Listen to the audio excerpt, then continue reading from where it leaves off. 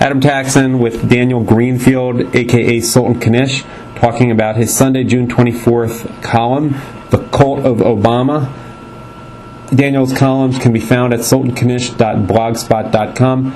Daniel, welcome. And we've heard terms about cult, terms like cult used to describe Obama, but your column really elaborates at length, defining a cult and even comparing it to corporate cult. What's, first of all, the main message of your column here for people who haven't read it? The central message is that we can look back at the past and see all sorts of insanities that seem to have gripped society. I passed people chanting Har Rama just yesterday near the park. The stuff is around us. The cults some of them are still around, but we have a much bigger cult now, which is the cult of Obama, which trumps Scientology and the Moonies and all the lesser cults.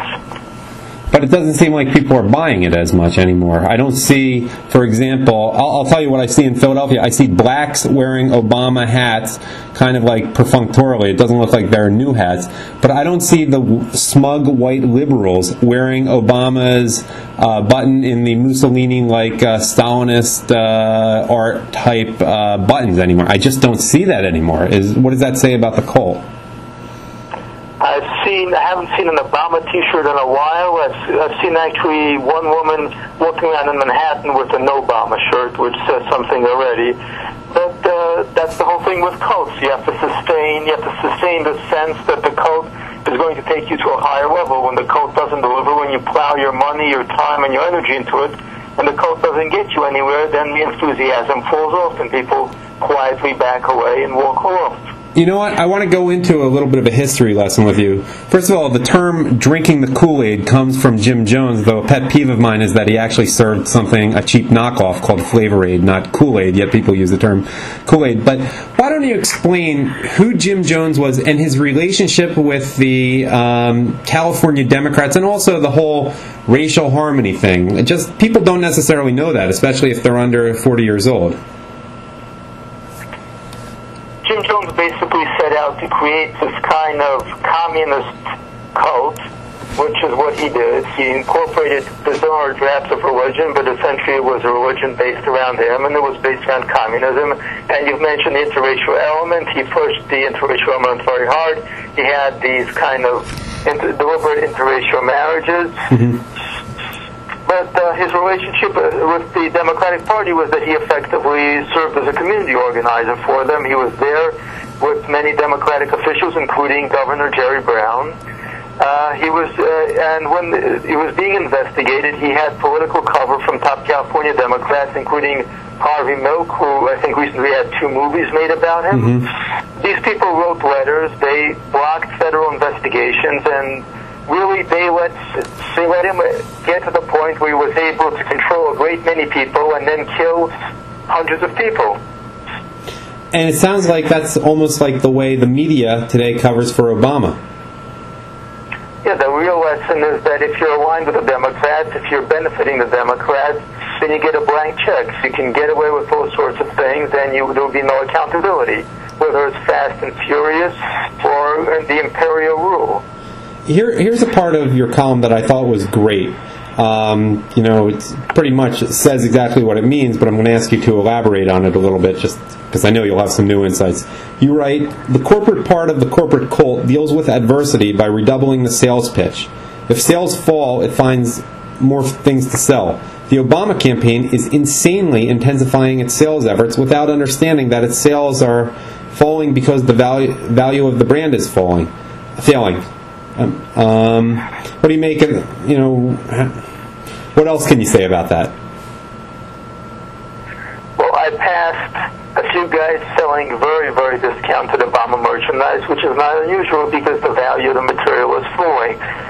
So the Obama people keep trying to find new ways, new angles. Okay, let's connect this to the weddings. There's spring weddings, so let's connect this to the weddings.